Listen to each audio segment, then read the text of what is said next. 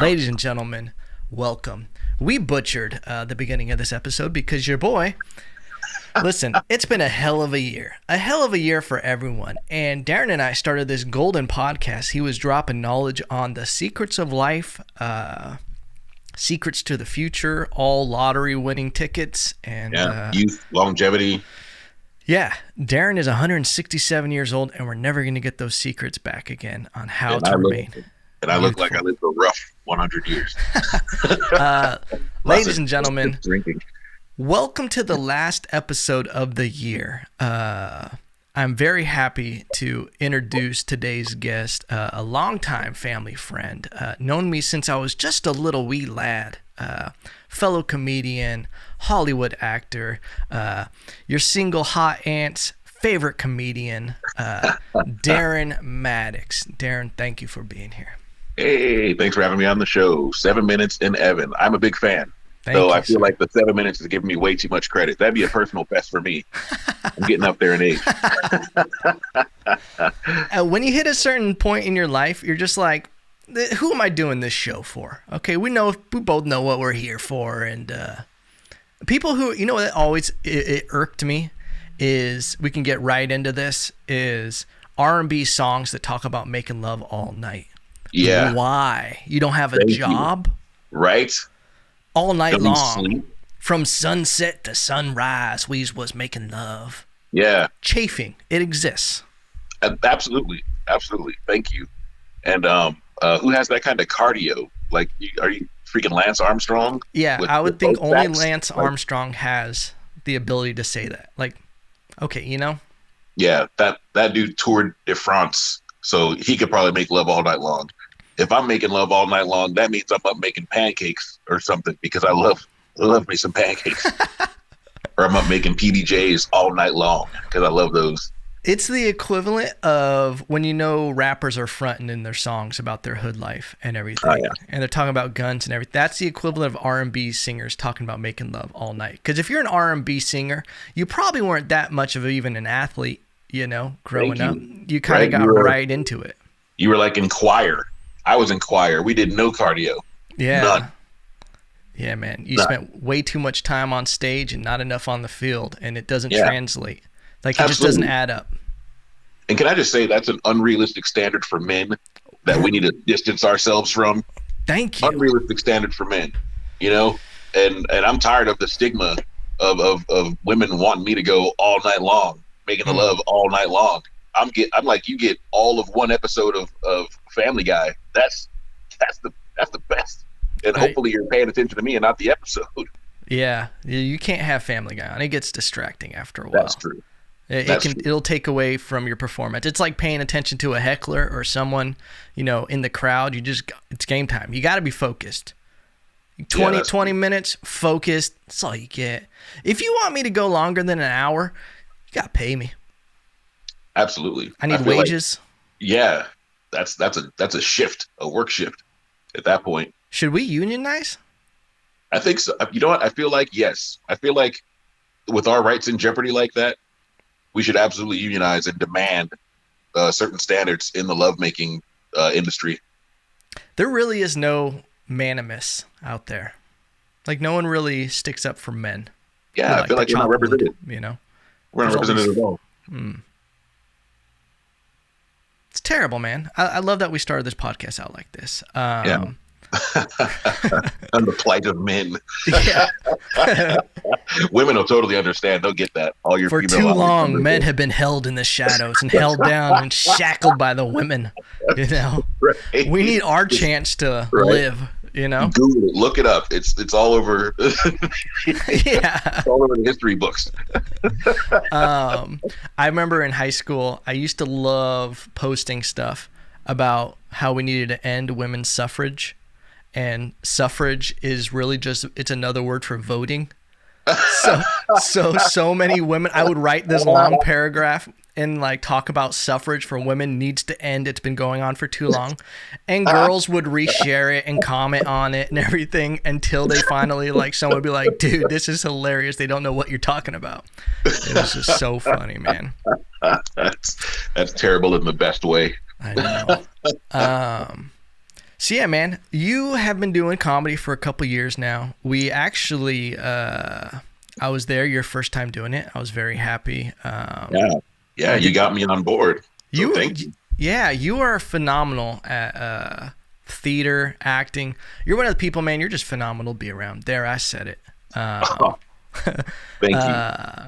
The voice, the laugh, just the overall good vibes. And when I started doing comedy, and I think you and I were talking, and I was like, dude, you need to do this. It cuts out all the middlemen. That's why I like comedy, stand-up over almost everything, except for 20 minutes of lovemaking, tops. 7 if you're 41. Yeah. Vigorous, though. Vigorous 7 minutes. Yeah. For the lady audience members, the single aunties out there, is very vigorous 7 minutes. Yes. Stand-up cuts out all the bullshit, and you're able just to get straight from character, the person, to the final product. And I feel like you as a package, that's what you excel in, is just you know? Thanks, man. I appreciate it. Yeah. I'm very proud of your work as well, man.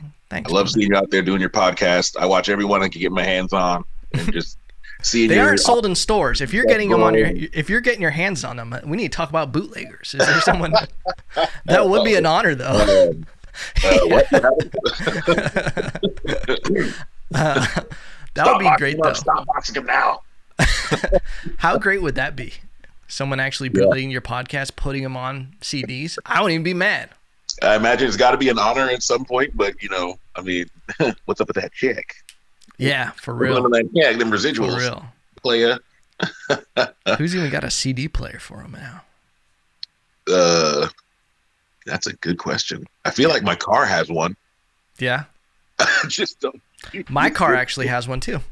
It's a conversation piece. I'm like, so baby, you ever seen a CD player? And she's like, yeah. I'm like, your age. And I'm like, oh, right. Okay. I was about to say, that's the age test. Is you ever seen one of these? And they're like, no, what's that? And you're like, you gotta go. Right. She's too young. Open the door. Skirt. It's funny. There's been only one CD in my car since I bought it. And it was the CD that the previous owner left on there. And there's a bunch of Jewish songs, and they're like the funniest thing. And I just play it every now and then for people who get in my car. And it's like, like it's just like ceremonial Jewish music. And I love it. Bars. Yeah, bars, straight dropping Jewish bars. Right. What is it? Bars, chosen bars. Yeah, chosen. What are they? Locks and bars. That sounds like a fire album right there. Yeah, Locks and Bars. Have you ever had lox and bagels? You know what? No. I've had like matzo balls. Matzo ball soup. I've had matzo bars. Gefilte fish. Gefilte fish, yeah. Lox and bagels is like it's basically cream cheese, a bagel, and really thin cut salmon with like stuff sprinkled on it. That's the kind that I've had before. It's actually pretty delicious. Okay. Yeah, my ex is Jewish, the mother of my children, so I've actually celebrated the Sabbath with her with her auntie and former uncle-in-law, I guess. He was like a full-on rabbi. Did the whole retired? Like thing. Former father? Yeah, former uncle-in-law. I guess they split up or whatever. Oh, okay. But yeah, he was a dope dude. Interesting. Celebrated the Sabbath, so I got like, to see the whole thing like go down and whatnot. Yeah. So how have you? So let's see. The origin of Darin. You started out doing acting, and when did you start acting? Elementary school. Back in Chicago, when you're growing up, at least when I was there, they had arts a strong part of the curriculum. Like you would do like your English, math, language arts, all that stuff, but then you'd have like separate classes of like music, singing, dance, theater, gymnastics, all that kind of stuff. And then those curriculums would run like a short time. You would finish like a curriculum of voice. Then they would start like a music one. Then they would start like a theater one after that. So I've been doing it since I was like 6, 7 years old. Damn. I don't know. That's crazy. Dude, I love the story of how you actually, you kind of started making it into Hollywood. You were like an extra. Yeah. And then it just went crazy. Many shows. Like when people ask, "What's your resume?" I go, "Oh, CSI, all of them. All these shows." And they're like, "Oh my God, you got all that stuff." I'm like, "Yeah, stuff in the background. You'll see me walk through." But what was the one? I can't even pretend like we didn't talk about this for the second that we did the other podcast without it recording. But you talked about what was the name of that show? 17 again, the movie. Yeah. Mm-hmm. Yeah, 2008. It was a bright sunny day when no, I had gotten like the job for like a 1-day like background work gig and like a crowd feed for like a high school basketball game. And they were like, "Yeah, the school colors are blue, white, and gold." And I had this old Letterman's like sweater with a matching beanie that I got at like a thrift store or something like that for like 50 cents. It was just kind of dope. So I picked it up and I wore it. And like the what do they call it? The casting people like and the group like picked me out of the crowd. And they were like, "Yeah, you come down here and sit with these guys in like the front row." And I was like, "Cool." So like I'm like a pretty decent shot. And then they're like, "Come back the next day and we're gonna put you with the high school bullies." And I'm like, "What?"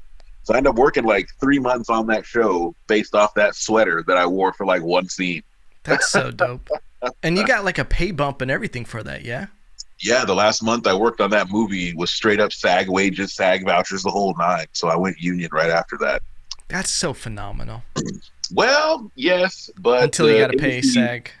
Yeah, the industry crashed right after that. That was the industry crash of 2008, the writer's strike, producer strike. Yeah. So I got in the union. They were like, "Congratulations." And I was like, "Thank you so much. It's been a lifelong dream." And they were like, "We're shut down. No more acting." Oh, and I was like, "What?" I just got in. I just paid my dues. That's rough, man. It's funny because I've done background work, but the one that like annoyed me was they disguised it as something bigger than background work. They had told me it was on Westworld, and okay. They had told me because on my at the time LA casting profile, I had a bunch of action stuff like boxing and guns and all this stuff that I was like had footage of and all this stuff. So I'm like reaching out to this, or I got this email about. I forgot what they didn't say it was Westworld. They said it was for something, and then they had me come in and audition and like wear the outfit and everything. I'm like, dude, this is legit. And then they call me and they're like, "Hey, we want to offer you this role in Westworld, and you're going to be basically it was called Hero QA wasn't the name of the role, and in Westworld the QA was like the like top elite security in it with like these dope ass guns. And they're like, yeah, basically what's going to happen is like, you're going to be the hero where it's like, you're fighting and everything. And you get like a bullet wound and like a stabbed. And I'm like, oh shit. And I'm like, and they were like, we just need you in LA, downtown LA in 2 hours. And I'm like, I'm fucking there, Hollywood, And so I drive down there. I go, like, I find the place. You know how it's so crazy when there's, like, a huge set and everything's shut down. You have to, like, so many different people with their fucking little earpieces with clipboards telling you to go here, go here. Yeah. So then I finally get there, and they're like, all right, we're going to, there's a bunch of other people there, too. They're like, we're going to send you in the hair and makeup and all that stuff. And, like, I get an outfit, and I'm like, this is so dope. I was like, I don't know exactly what's going to happen, but okay. And then they're like, when I get in hair and makeup, they're like, do you want a stab wound or do you want a bullet wound? And then, what? Yeah. And then they wanted to give me a bullet wound in the head. And then I'm just like, this is what's so funny is that I'm just like, huh. I'm like, huh. If I have a bullet wound in the head, it's just not adding up. This is your guys' show, but it's not adding up of how I'm going to do all the things I'm going to do. And just, how am I going to be alive with a bullet wound? And they go, oh no, I'm pretty sure your character's dead. And I was like, wait, what? What?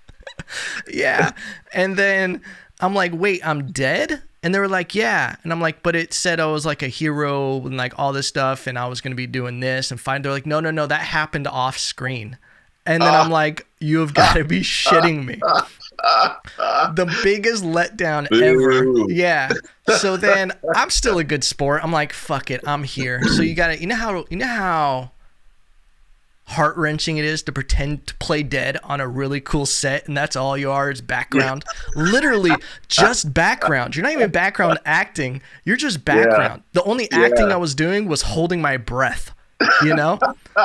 And it was funny. And then and I was there from like, I want to say like 2 p.m.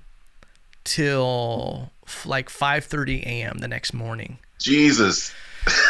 Filming like the whole time, like all those hours, like that. Yeah, and then you know how they put you like in holding areas, like your goddamn animals, like they're just like, all right, you guys stay over there, and you know we'll bring you into the set. But like, only one cool thing happened was when they were like, they came and found me, and they were like, we're gonna bring you back to life, and I was like, oh, I'm alive again. Yes. And they were like, go get all the makeup off, and I'm like, yes, it's happening. And then they actually put me in a pretty cool scene where I was like walking room, like clearing rooms and everything with the guns and going through, and then they didn't even use it. And dude, I'm like, hey, someone send me that footage.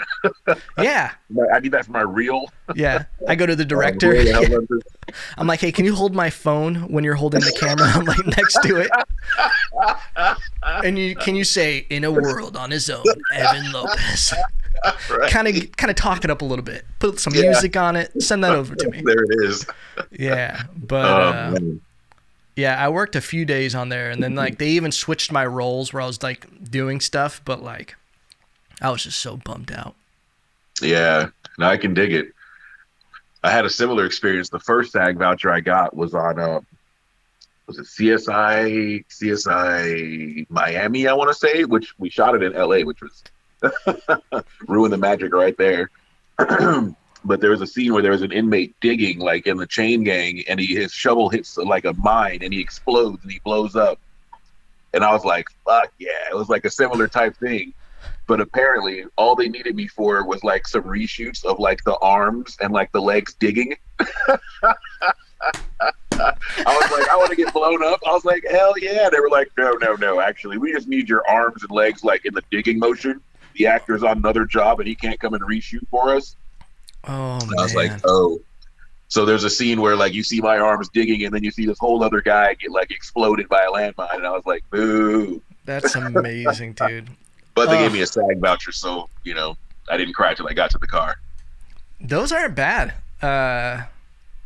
Yeah. And even though some of those things are like they're heart-wrenching when you're like, oh, I want to do this, and then it always sucks because you're like, when you're in background and stuff, you're just like, man, I want to be in that part. I want to be in that role. Yeah. Dude, you know what was funny though? But Westworld actually paid very well, because once we went past a certain time frame, it was all like, I want to say it was like 2.5 times pay. Yeah, they get double time after like 2 hours. You get overtime, and then 2 hours after that, you get double time.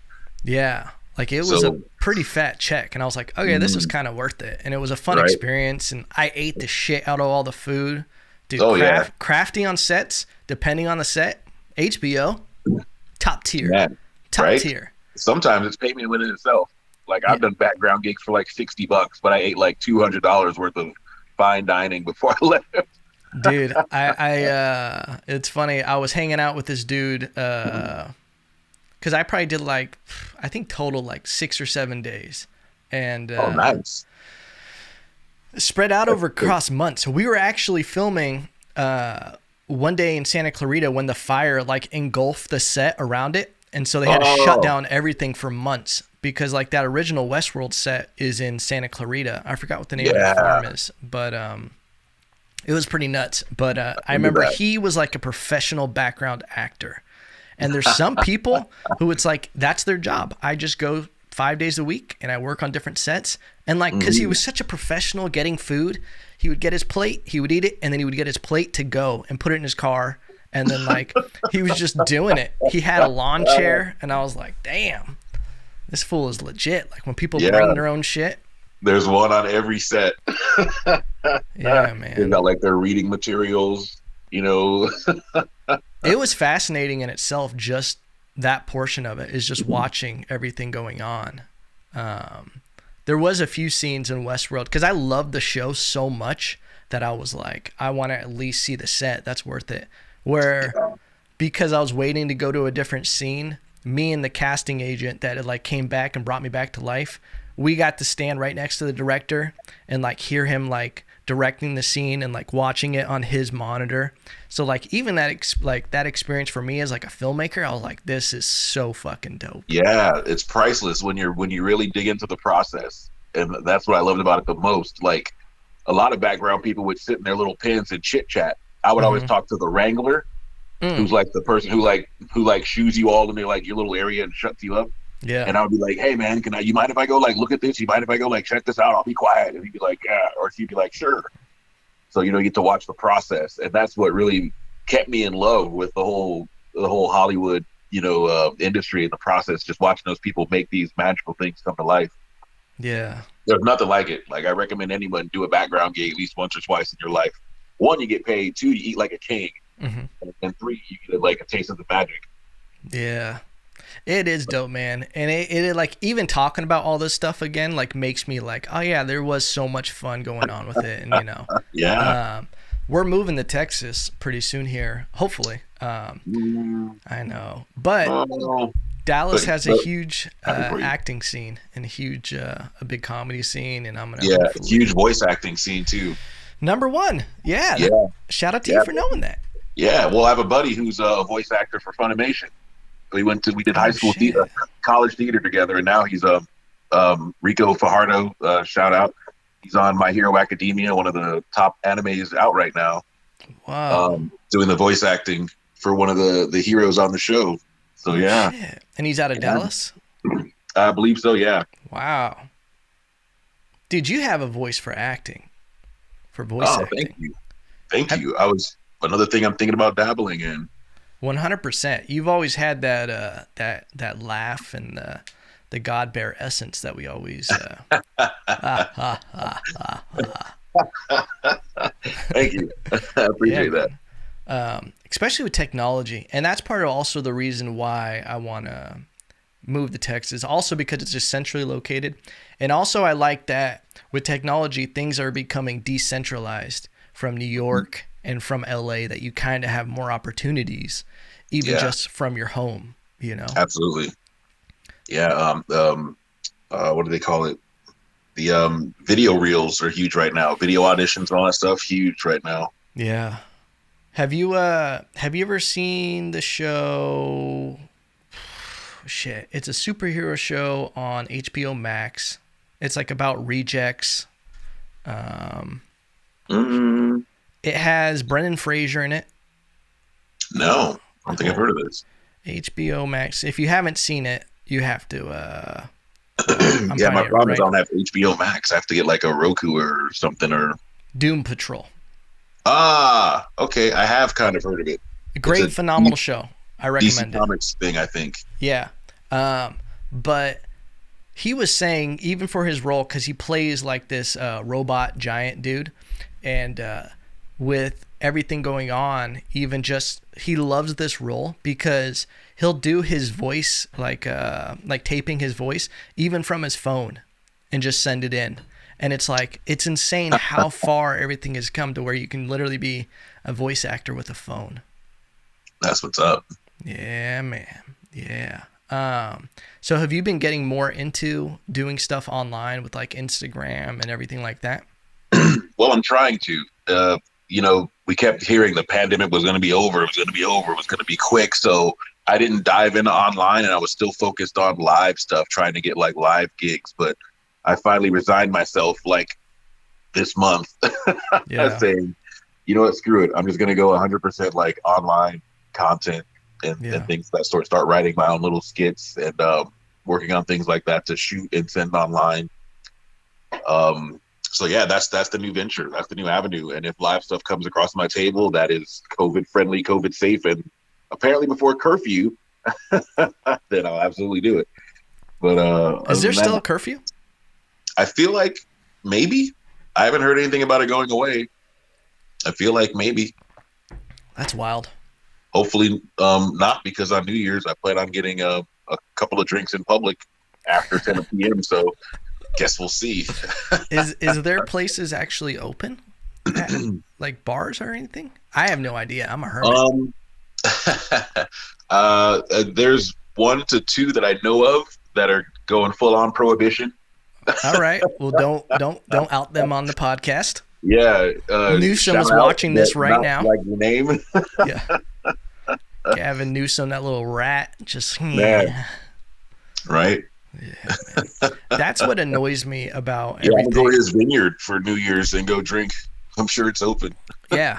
That's what annoys me about it is the whole do as I say, not as I do, where it's like, everybody, you stay home or you're going to kill your neighbor, but I can go out and I can go to this place and it'll be fine. Yeah.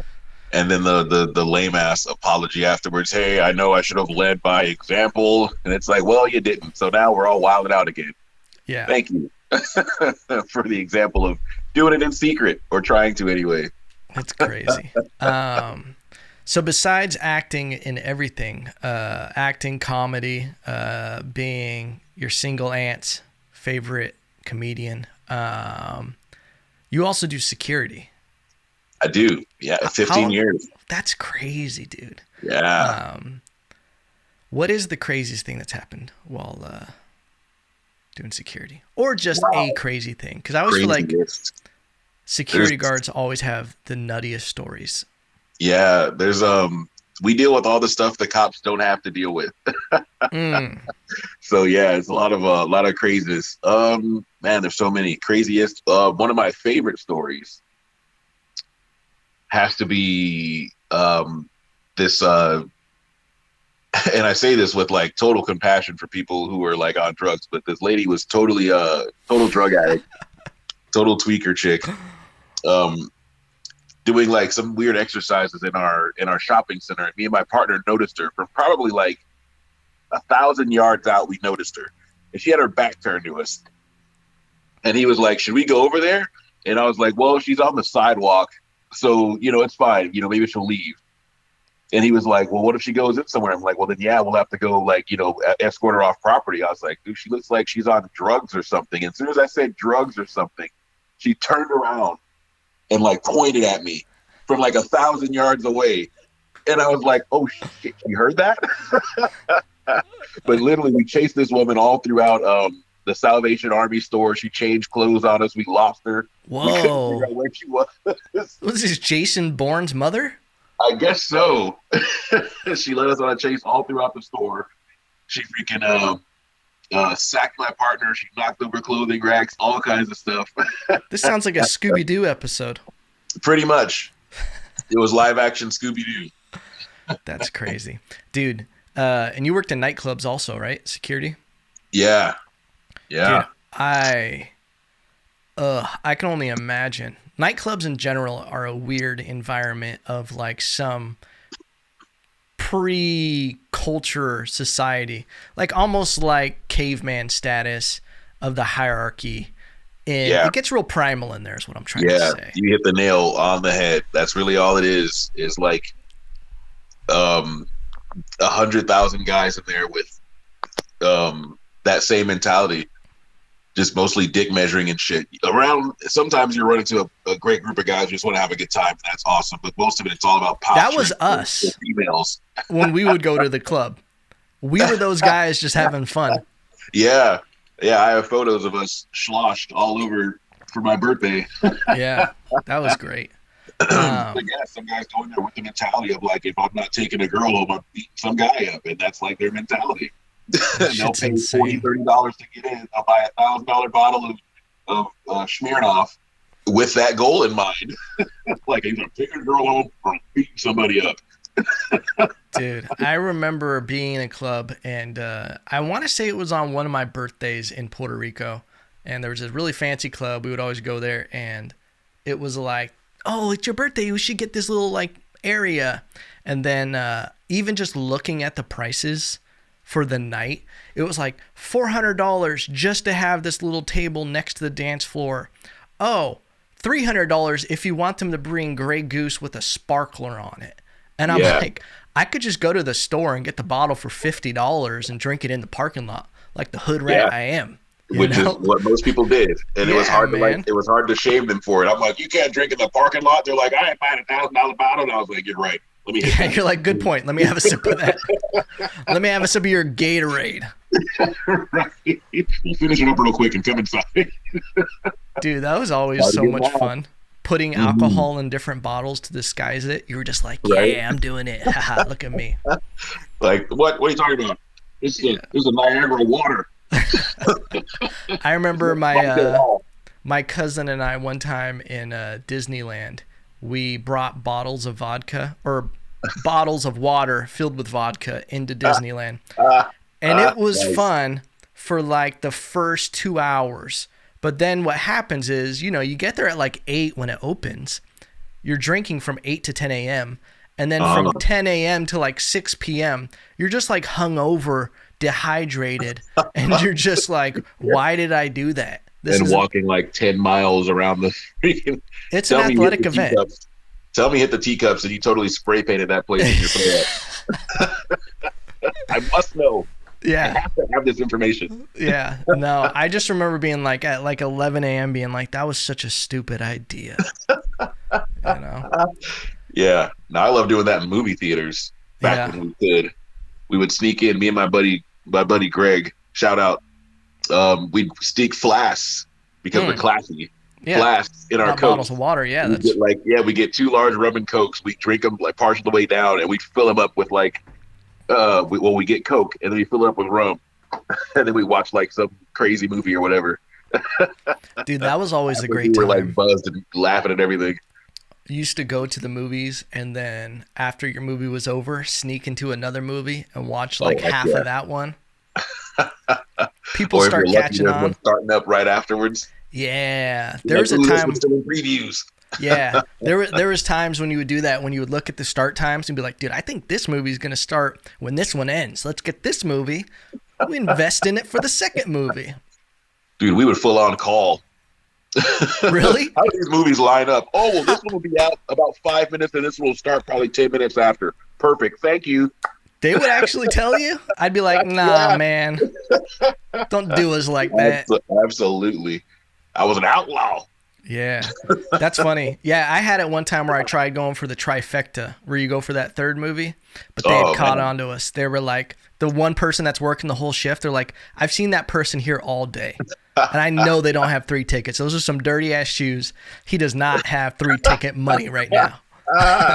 Freaking, there's always a RoboCop on every crew. Jeez. Yeah, man. It's like, calm down, bro. You make $6 an hour and just like popcorn. Like, chill. Don't die for Cinemark right now, okay? Right. Just praying to that shrine of that cat, the Cinemark cat that would show. Front row Joe. Row Joe. You don't disrespect me, and you don't disrespect Front Row Joe. You gotta go for Front Row Joe. Right. That kid there with his flashlight. Hey, man. Yeah. Hey. Dude, but those people, whenever you needed them as security, if someone got rowdy, they were nowhere to be found. Yeah, right. Oh, these people are for real. Yeah. I'm out. I'm out here. Does that popcorn you wanted a large? I got it. Let me go get the general manager. I think this is above my head. They bring a 70-year-old in. Right. Dude, that happened. Have you ever seen a fight break out in a movie theater? Have I? Shoot. That was actually my first job, was a movie theater. My Really? first real job, yeah. No. Close several times. Yeah. I saw one outside of the movie theater. Oh, yeah. But never in it. I've seen them over on I. Okay. Avenue I. Yeah, Cinemark 22. That's all the action is. Shout out. That place gets a little rowdy sometimes. They actually have armed security in there now. No shit. Yeah. Last time I went before COVID, they had a freaking guy with a gun walking around in the freaking movie theater lobby. I was like, it has gotten real in here. Yeah, man. Dude, I see someone with a gun around Avenue I. I'm like, do you have a license for that? Are you supposed to be carrying that? And you probably should ask, because I guarantee most of them probably do not. They're like, don't ask, don't tell. You want to stay alive? See the whole feature Right. film? Why don't you ask my gun? Yeah. You know what was dope about the movie theater that I never realized? Did you know that if you go to it and you write your name and number on it, if you claim it first, they'll send it to you, or you can come pick it up after they're done with it? What? The like promo material, like in the Oh, no movie way. theater. Yeah. Uh-huh. I had found out that because like I always wondered how people ended up with these big like box cutouts of like Iron Man and all this stuff, and you Yeah. literally can just claim it because they just throw it all away after the promo time is done. Oh, that's cool. We All used to the just old steal it posters. back when I worked there. You didn't have to, Darin. You could have asked Apparently for it. not. A criminal mastermind. Yeah, man, that's so funny. Wish I knew that. I used to have a bunch of cool little Mylars. I gave them to my kids, the ones they put over the movies. Like before you walk in the door, I used to have a bunch of those tools. I gave it to my kids What are they? when they got bigger. Mylars, What the are little those? plastic pieces above the movie doors when you walk into the movie theater. And And it it says says like, the name. yeah, it says Iron Man on like this little plastic roll. Oh, that's pretty cool. We used to steal those too. Like I don't have any left. I think my kids have them all, and they probably threw them out. Shout out to my kids. They're vintage. They're collector's items now. Yeah, I would imagine so, but apparently they don't like money. It's an Neither do I, 'cause I investment. gave it to them. Right. That's funny. Do you think when everything opens back up that you're gonna pursue acting more, or I'm actually kind of looking into it now with video auditions and things like that going on. You can literally audition for something from the comfort of your home. If you get cast, you show up on set, you get a COVID test up your nose into your brain, and then you shoot whatever you're shooting for the day, and then you come back the next day and do it all over again. what have you been? Is it through LA Casting, or how are they doing it? LA Casting's one.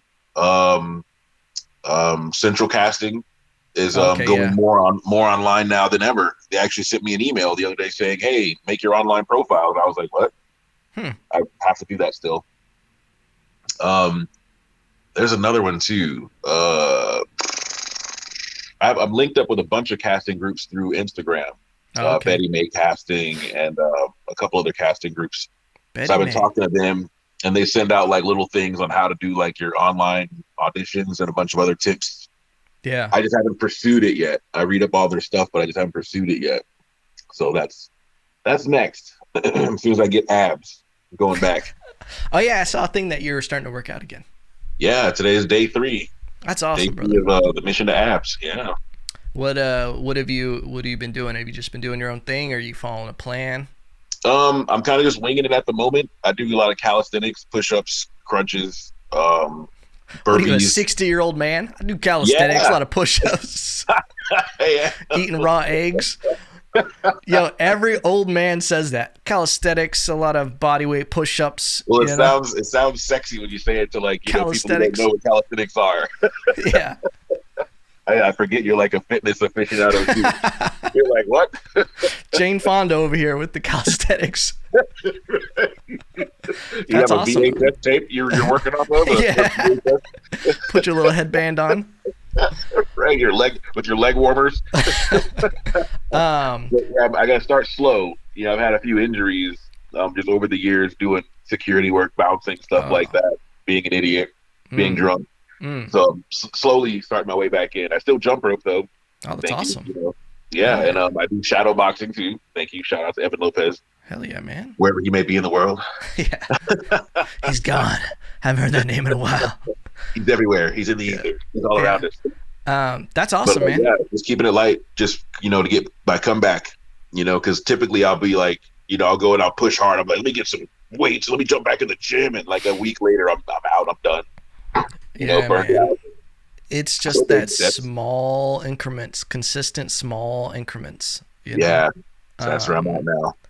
How's your? Where abs are made though? They're made in the kitchen though, baby. Yeah.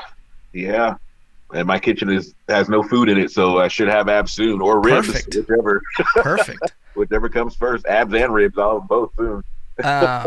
Dude, yeah. If you're trying to get some abs, man, just cut out as much sugar as you can, and eating after 8 p.m. If you can. I know that's rough, man, but that's the thing is like that was the biggest thing I learned about was intermittent fasting, and I've been doing it for probably like 2 or 3 years now, and Nice. Maybe longer. But basically, I don't eat until 11 a.m. and I don't eat after 8 p.m. No, 7 p.m. and I do like a 16-hour fast. And I realized when I started doing that, I had to start eating more just to not lose weight. Because it's like, sometimes it's not as much of what you're eating it, but when you're eating it. If you're eating it near bed, and you're going to bed full, your metabolism slows down because your body's focused on other functions. You're gonna hold on to that food more. Dang it. Because my work shift now for the day/night job is like 2 to 10. So I try to fast. So I don't typically eat until about 2 in the afternoon or like 1:30 in the afternoon, right before I go to work. And then I won't eat at work until I get out of work, and I'll have maybe one more meal, like an 8-hour period. Then I'll try to go to bed after that. That's a bummer. So what time are you going to bed? Like 11ish, 12ish, typically, by the time my body settles down. If it does, sometimes my insomnia kicks up and I start thinking about stuff. And before I know it, it's 6 a.m. Dude, I'm terrible with that, where I like sometimes have to watch something to be able to fall asleep, or else my brain will just start, I remember that in 4th grade when this happened. And I'm just or I got a great idea for a movie. Let me pitch it to you. And I'm like, no, brain, not now. Office hours are from 10 a.m. to, and he's like, no, hear me out. Yeah. And then the extended cut of Lord of the Rings starts playing. Yeah. In a world. And I'm like, this movie's already been made. It's Face Off with Nicolas Cage. And my brain is like, no, it isn't. Face Off again. Face on. That's so funny. Yeah, man. But that's awesome. I think definitely, man. I even just talking to you about acting again, it kind of gets the juices where I'm just like, man, that was fun. There was some good times doing it. Telling you, right? Yeah, we had some good times going over to your. Oh, is that my alarm? Hang on. I'm gonna take you with me. Podcast. Oh God, so unprofessional. In case I fall asleep a 3rd time. This isn't a moving podcast. The studio's not built for this. Right, I'm sorry. I try to walk slowly. Dude, you know what's funny? I just thought of this on Westworld. I don't know if you ever had this experience. There are some actors that are complete dorks, that they're nothing like their character or who they portray in movies and shows. Dude, I don't even know if I want to say who this is. Maybe I won't say who it is. Nah, okay. Do you know Thor's brother? Fuck it. Oh yeah, Liam Hemsworth. The other brother. There's another one. There's a bunch of them. They spawned another one? Yeah. Wow. I gotta find this factory and destroy it, or I'm never gonna get any dates. Yeah. Did you I'm know have a terrorist act on the Liam Hemsworth factory? Yeah. I didn't sign an NDA that day, so I feel like I can talk about this. Nice. Dude, maybe it was an off day for him in his defense, but I didn't know who he was really in the show. But one of the days I was filming where I was playing, like, I don't even remember what it was, some board member, but I was like in a suit and everything all day by a lake. It was terrible. But he would start every scene next to me. So we were always together all day. And I remember in the beginning, it was cool. I was like, oh, hey, man, like, blah, blah, talking to him about everything. And then he got so weird and started doing weird voices and just the dorkiest shit where I was just like, what is happening? And then, I would love that. Dude, and by the end of the day, I was just like ignoring, where I was just like, this is so weird. He'd say something and I'd just be looking off in the distance. And I was just so hungry and tired. It's like, bro, I'm in character, bro. Yeah. I'm in character right now. Yeah. Stop it. Westworld is gone. It's burned to the ground. Let me get in my place.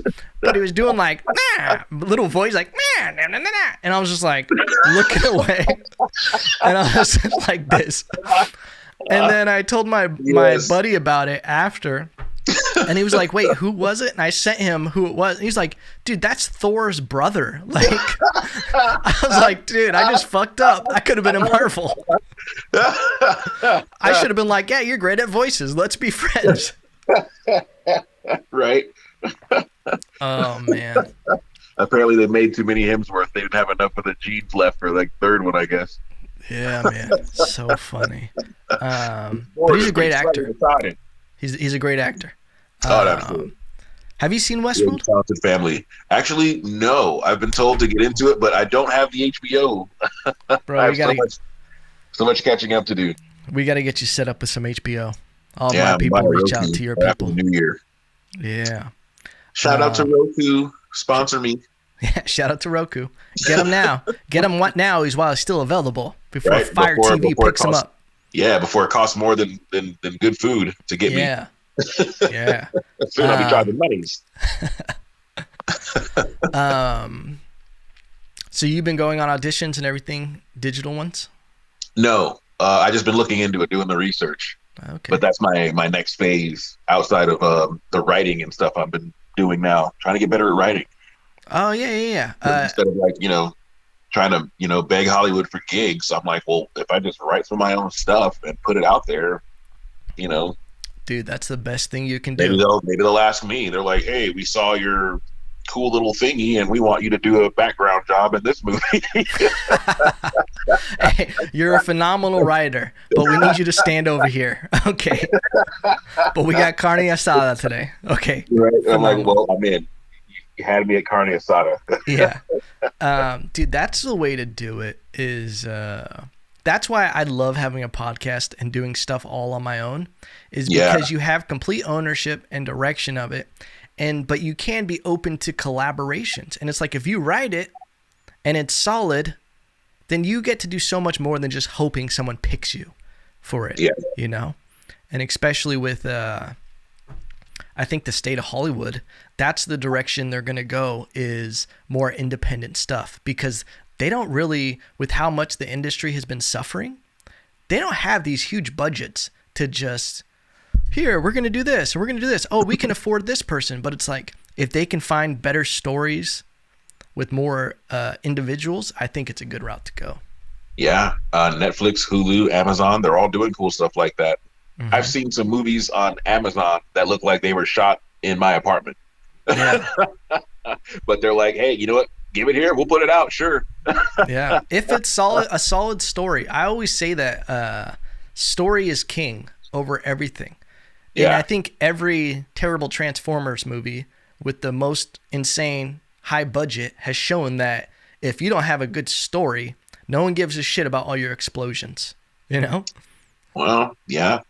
I mean, we all went and saw it, so it's got to count for something. But I mean, we did. But we all have seen the Rotten Tomatoes reviews. Okay. Yes. They don't. Yes. The worst thing they did was take what's her name out of the movies. Megan Fox. Megan Fox. That's what kept me in the seats. The minute she was not in the trailer, I was like, well, I'm out. Bye. Yeah. I wasn't here for the robots.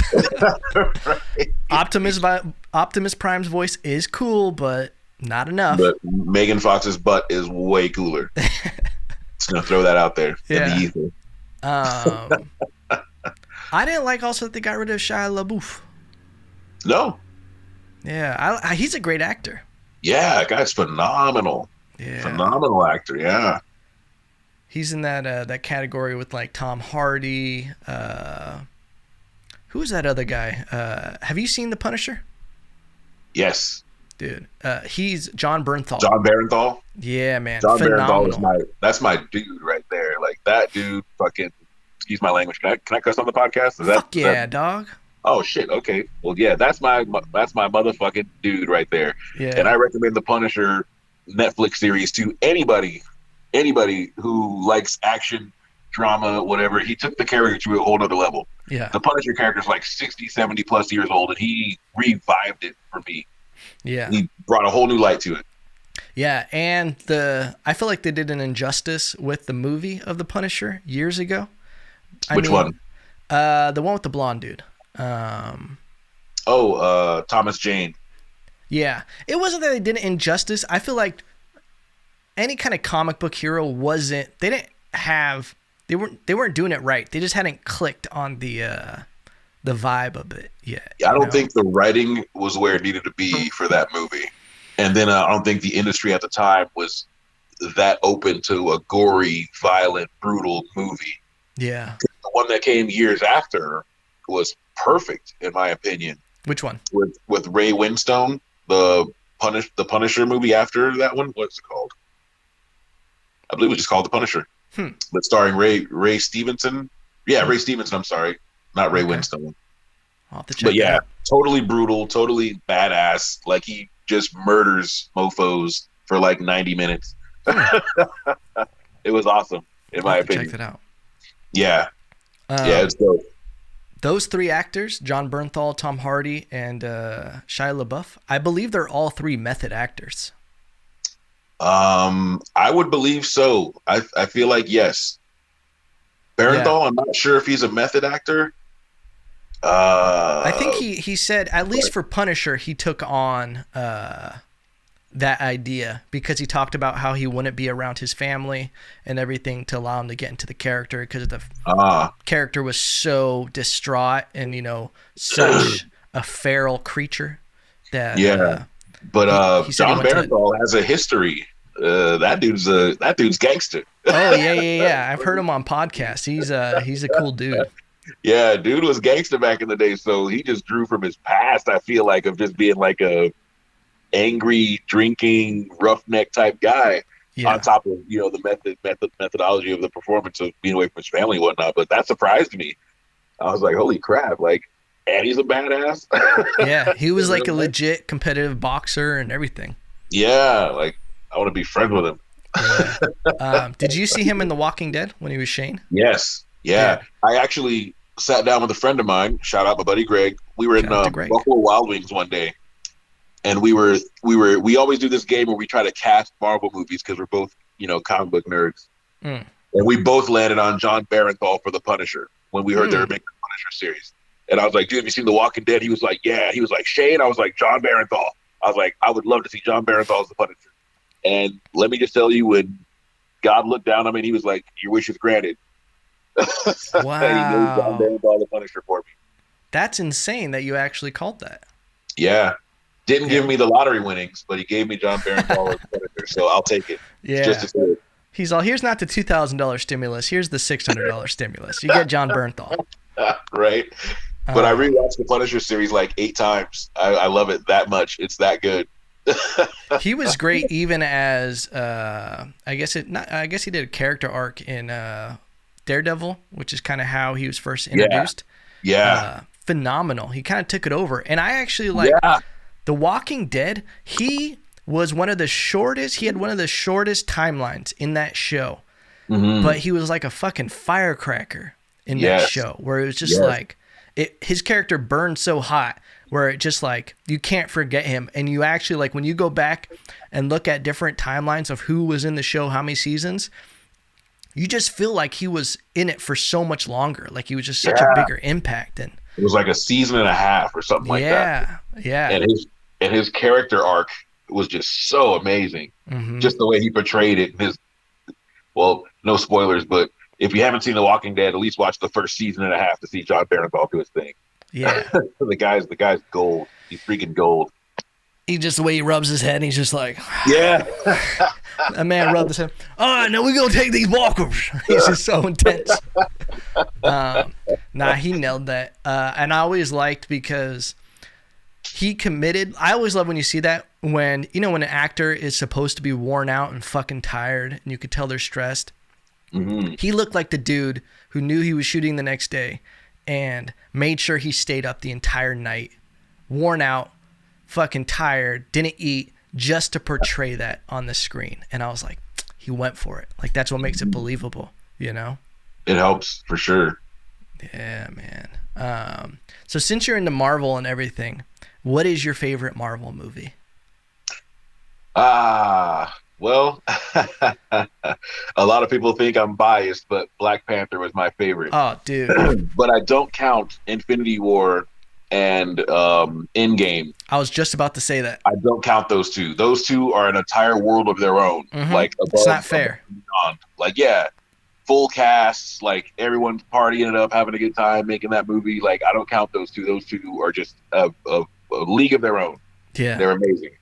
I can't count anything else against those, but Black Panther was by far my favorite. Second by Winter Soldier, Captain America: Winter Soldier. Phenomenal movie. Oh yeah, dude, that's so funny you say that because I was just about to say without including Endgame and Infinity War because those really are. When those movies started coming out, I was like, dude, these crossovers, this has never been done before. Yeah. And DC is so far behind because when they tried to do Justice League, they had zero character development. There's no way it's going to stand up against. Yeah.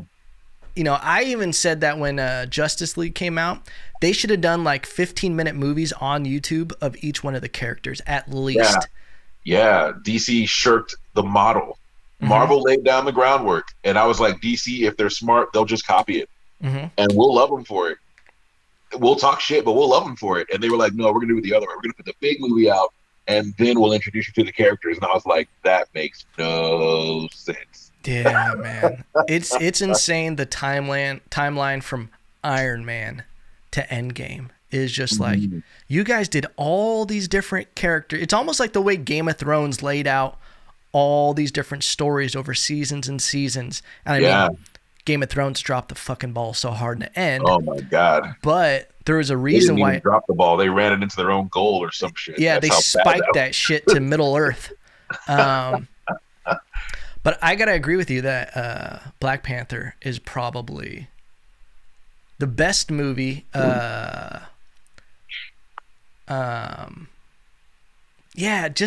It did so much different stuff, and it took on a whole different vibe than all the other movies, man. Yeah, and as far as like an origin story, it was just done differently. It wasn't a lot of downtime doing like weird stuff. You open up right to getting like Black Panther action, and then you get the politics, and then you get the world built around it, like the day-to-day functions, the technology, the different tribes. Like it introduces you to so much. In like one little movie. I felt like I saw 3 movies in one. Yeah. But it was seamless the way it was done. And then of course you get action, you get this big, huge, enormous battle war scene at the end of the movie, and like there's these strong hero women characters, and then there's like these strong male characters who don't overshadow their women counterparts. Like everyone accents and complements each other. And then you get like the undertones of like political agendas between the Black Panther and the Killmonger and the theology that the hero is fighting against, he ends up adopting. You know, it is just like, it just takes you on this crazy wild roller coaster. It shows you all these amazing things, and a lot of people are like, well, it was just an origin story. But I mean, a lot of people don't get the cultural significance also behind all of it. But it's just they pack so much into that, and when you really digest it, dig it apart, it was just phenomenally done. Yeah, man. Now compare that to like the first Iron Man or the first Captain America, and I feel like those were lacking in certain areas. But it was also the beginning of the game for the Marvel Cinematic Universe. They were still testing the waters with certain things and capabilities and budgets and stuff like that. But and just their ability to tell a story after having so much time and experience telling those other stories. Yeah. And so, everybody had more trust in them, you know? Yes. They weren't taking as much of a risk, because it was just kind of like superhero movies were popcorn films, where it was just like, we introduced the hero, something weird happens, we have the villain beats him down, we spend the rest of the movie building back up, then he beats the villain. And that was kind of it, you know? Yeah. And then by the time Black Panther came around, we're like, we're past that. We don't even really accept that model anymore. Yeah. So now we need to start with all this character development. We want to tell stories. Yeah. It's not just about, pow and the kisser and explosion. Power chase. Granted, those things were in there. Yeah. Don't get me wrong. But there was tons of story to build up to those points and whatnot as well. It was remarkably done. And I feel like that was one of the culminations of the cinematic universe. Like when you look at Iron Man 1, I felt like all those other movies built up to Black Panther as a solo film. Like the model was just perfect by that time. And it was built up off those other movies. You know, I take nothing away from the other movies prior to it. Yeah. And I loved how so much stuff ties into Black Panther, from Captain America's shield. Even in the first one, they're hinting at vibranium. And it's like, all these, like, that's what's really a crazy genius move, is they had all these Easter eggs of all these different characters weaved perfectly in just throwaway sentences that eventually culminated into this crazy story on its own. Yeah. And that's the genius of it. Is some guy was like, hey, you know what? Let's drop like a shield in there made of vibranium. Have someone like throw away a weird like line or comment about it and move on with the story and see if people catch it. And it became like this, like you said, the Easter egg hunt for like little clues. Every movie we were all looking for clues in the theater, like, oh my God, let's see what they drop this time. And it became this wonderful little game you played when you watched a Marvel movie. And then of course the after credit scenes. You gotta wait till after the credits. Yeah. Like just the way they did it up over 10 years, it's phenomenal. Bro, it changed the game. I would be in a Marvel movie, and then someone would even mention Stark Enterprises, and I'd be like, "Oh God, it's Iron Man." Pretty much. That's why I keep the popcorn in my lap. Yeah. For the people sitting in front of me. Sorry, sir. I'm gonna get that for you. One thing. Because, dude, I got a buddy of mine, Matt Smith, avocado dude. He used to be avocado dude. The avocado boys that we were. He's really into Marvel as well. And him and I talk a lot about film and stories and TV. And one thing that I think is interesting about Marvel is how they're branching off into television with all these different, the Falcon and the Winter Soldier. Can't wait. What's her name? WandaVision. WandaVision. Scarlet Witch, yeah. There's all these different stories, and that's why I loved. I don't know if you've seen The Mandalorian. We're all over the place right now. Absolutely. Speaking of The Mandalorian, it's all Disney, so we're all in one place. Yeah. Grogu. I love you, Grogu.